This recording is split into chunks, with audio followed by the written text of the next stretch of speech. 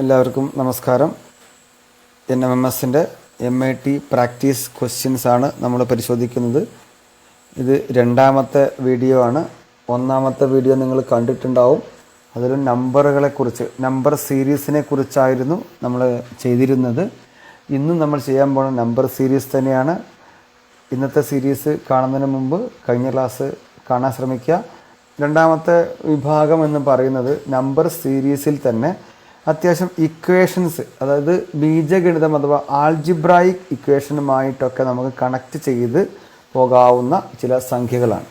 സംഖ്യ ഒറ്റയടിക്ക് ചിലപ്പോൾ കാണുമ്പോൾ തന്നെ നമുക്ക് ഇക്വേഷൻ ഒന്നും ഇല്ലാതെ തന്നെ ഓർമ്മ വരാം. എന്നാൽ ഒരു ഇക്വേഷൻ, കുറച്ച് ഇക്വേഷൻ നമ്മുടെ മനസ്സിലുണ്ടെങ്കിൽ നമുക്ക് ഒന്നുകൂടി എളുപ്പമാണ്. അതിലേക്കാണ് നമ്മൾ പോകുന്നത്. ഒന്ന് ശ്രദ്ധിച്ചു നോക്കുക. നമ്പർ സീരീസ് എന്ന് പറഞ്ഞ രണ്ടാമത്തെ വിഭാഗത്തിൽ നമ്മളിന്ന് കാണാൻ പോകുന്നത് അല്പം ഇക്വേഷൻസൊക്കെ വെച്ചിട്ട്, സൂത്രവാക്യങ്ങൾ ഉപയോഗിച്ച്, അഥവാ 7ാം ക്ലാസ്സിൽ നമ്മൾ പഠിച്ചു തുടങ്ങിയ ബീജഗണിതം അഥവാ ആൾജിബ്രായിക് ഇക്വേഷൻസ് വെച്ചിട്ടുള്ള ഏതാനും ചില ചോദ്യങ്ങളാണ്. അത് ഇക്വേഷൻ വേണം എന്ന് നിർബന്ധമൊന്നുമില്ല. ഏറെക്കുറെ കാണുമ്പോൾ തന്നെ ഉത്തരം കിട്ടും. എങ്കിലും ചില ഇക്വേഷൻ നമ്മുടെ മനസ്സിലുണ്ടാകുമ്പോൾ മനക്കണക്കായി ചെയ്യാൻ ഒന്നുകൂടി ധൈര്യം വരും. അത് ഏതൊക്കെയാണെന്ന് നോക്കാം. ഒന്നാമത്തെ വിഭാഗത്തിൽ നമ്മൾ പ്രത്യേകിച്ച് അധികം ഒന്നും പറയുന്നില്ല. 2, 4, 6, 8 പോകുന്ന ചില സംഖ്യകളാണ്. അത് ഇരട്ട സംഖ്യകളാണെന്ന് നോക്കിയാൽ തന്നെ അറിയാം. അതിനെക്കുറിച്ച് കൂടുതൽ പറയുന്നില്ല. അപ്പോൾ ഇതിൻ്റെ ബീജഗണിതം അഥവാ ആൾജിബ്ര എന്ന് പറഞ്ഞാൽ 2x ആണ്. 2x, അത് ഒന്നാമത്തത് 2 × 1, രണ്ടാമത്തെ 2 × 2, മൂന്നാമത്തെ 2 × 3. അതാണ് ബീജഗണിതം അഥവാ ആൾജിബ്ര പറയുന്നത്. നമുക്കൊന്ന് 2 സ്റ്റെപ്പ് കൂടി എക്സാമ്പിൾ നോക്കിയിട്ട് ആൾജിബ്ര പറഞ്ഞുതരാം. ഇനി 12, 18. ഓക്കെ, അടുത്ത ക്വസ്റ്റ്യൻ 4, 6, 10, 14, -26, 34, -52. എന്താണ് ഇവിടെ വരുന്നത്? 4, 6, 10. അതായത് 4ൻ്റെ കൂടെ ഇവിടെ എന്ത് വരുന്നു? 2 കൂട്ടുന്നുണ്ട്. ഇവിടെ 4 കൂട്ടുന്നു, വീണ്ടും 4 കൂട്ടുന്നു. അങ്ങനെ വരുമ്പോൾ അടുത്തത് 20 വരുന്നു. എന്താണ് അവിടെ ചെയ്തതെന്നുള്ളത് ഒന്ന് നോക്കിയാൽ കാണാവുന്നതാണ്. എന്നാൽ മൂന്നാമത്തെ ചോദ്യം അത്ര ഈസി അല്ല. ഇവിടെയാണ് ഞാൻ പറഞ്ഞത് ബീജഗണിതത്തിൻ്റെ ഒരു ആപ്ലിക്കേഷൻ വരുന്നത്. 2, 8, 18, 32 അങ്ങനെ പോകുന്നു. ഇത് ഒറ്റ നോട്ടത്തിൽ നമുക്ക് ചിലപ്പോൾ ഉത്തരം കിട്ടിയേക്കാം. അതല്ലെങ്കിൽ നമ്മൾ ആലോചിക്കേണ്ടത് ഇതെല്ലാം വർഗസംഖ്യ അഥവാ സ്ക്വയർ നമ്പേഴ്സുമായി ബന്ധപ്പെടുത്തിയിട്ടുള്ളതാണ്. സ്ക്വയർ നമ്പേഴ്സുമായിട്ട് ബന്ധപ്പെടുത്തി എങ്ങനെ ബന്ധപ്പെടുത്താം? ഇത് 1 സ്ക്വയറിൻ്റെ ഡബിളാണ്. ഇത് എന്താണ്? 2 സ്ക്വയറിൻ്റെ ഡബിളാണ്. ഇത് 3 സ്ക്വയറിൻ്റെ ഡബിളാണ്. ഇത് 4 സ്ക്വയറിൻ്റെ ഡബിളാണ്. അപ്പോൾ എല്ലാം സ്ക്വയറുകളാണ് എന്ന് കാണിക്കുമ്പോൾ എക്സ് സ്ക്വയർ എന്ന് വേണമെങ്കിൽ പറയാം. ആ എക്സ് സ്ക്വയറിൻ്റെ ഡബിളാണ് ഇതെല്ലാം. അതായത് ഇത് 1 × 1 സ്ക്വയർ, ഇത് 2 × 2 സ്ക്വയർ, ഇത് 2 × 3 സ്ക്വയർ, 2 × 4 സ്ക്വയർ. അപ്പോൾ 2 × 5 സ്ക്വയർ, അഥവാ എന്ത് വരണം? അവിടെ 25, 5 സ്ക്വയർ ആകുമ്പോൾ 50 വരണം. അപ്പോൾ ഇവിടെ നോക്കാം. ഇതാണ് ആൾജിബ്ര ഓഫ് സീരീസ്. അത് ശ്രേണികളുടെ ബീജഗണിതം. അതെന്താണെന്ന് നോക്കാം. ഇതാണ് ഇപ്പോൾ നമ്മളിപ്പോൾ ചെയ്തിട്ടുള്ള എക്സാമ്പിളിൻ്റെ ഒരു ബീജഗണിതം.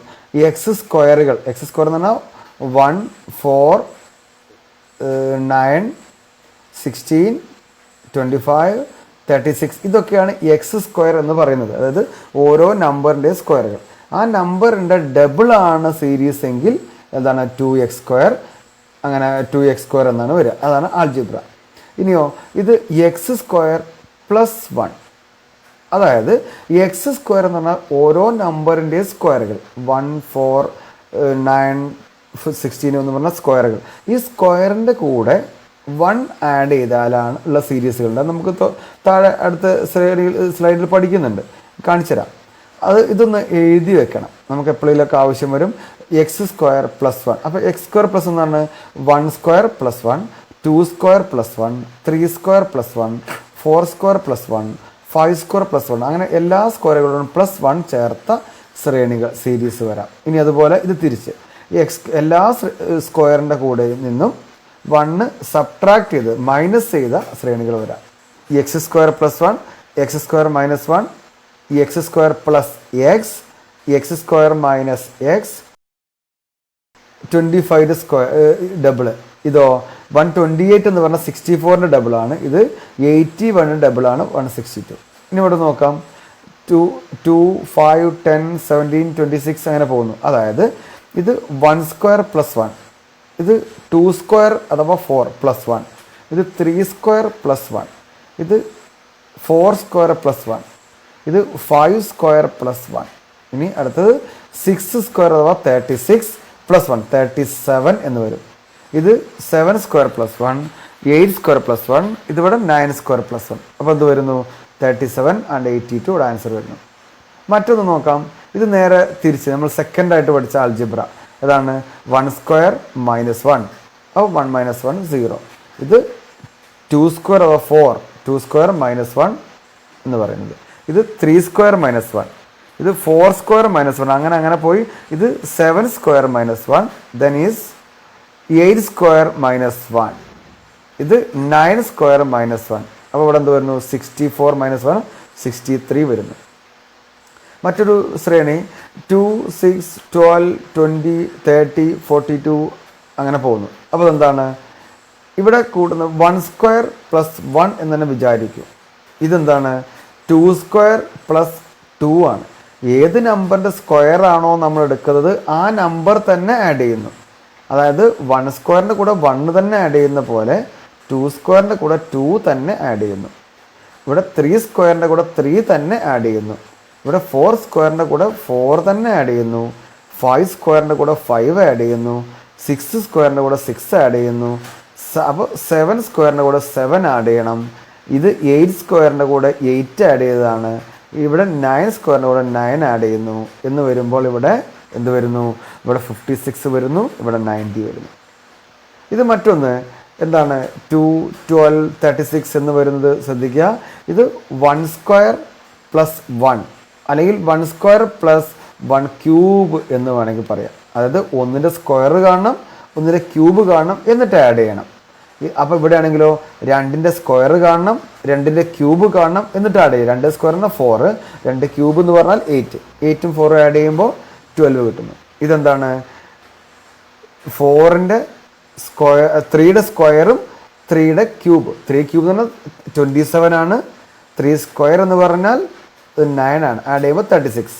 അപ്പോൾ ഇവിടെ ചെയ്യേണ്ടതാണ് 4 square plus 4 cube. 4 cube is 64, 4 square is 16. Add ചെയ്യുമ്പോൾ എന്ത് വരുന്നു? 80 വരുന്നു.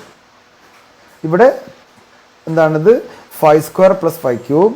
ഇത് 6 സ്ക്വയർ പ്ലസ് 6 ക്യൂബ്. അപ്പോൾ that is 7 square plus 7 cube. Okay, next ഒന്ന് പരിചയപ്പെടാം. 11, 24, 39, 416 ഇങ്ങനെ അങ്ങനെ പോകുന്നു. എന്താണ് ഇവിടെ പ്രത്യേകത ഉണ്ടാവുക? ഒന്ന് ആലോചിച്ച് നോക്കാം. ഓക്കെ, ഇവിടെ നിന്ന് നോക്കാം നമുക്ക്.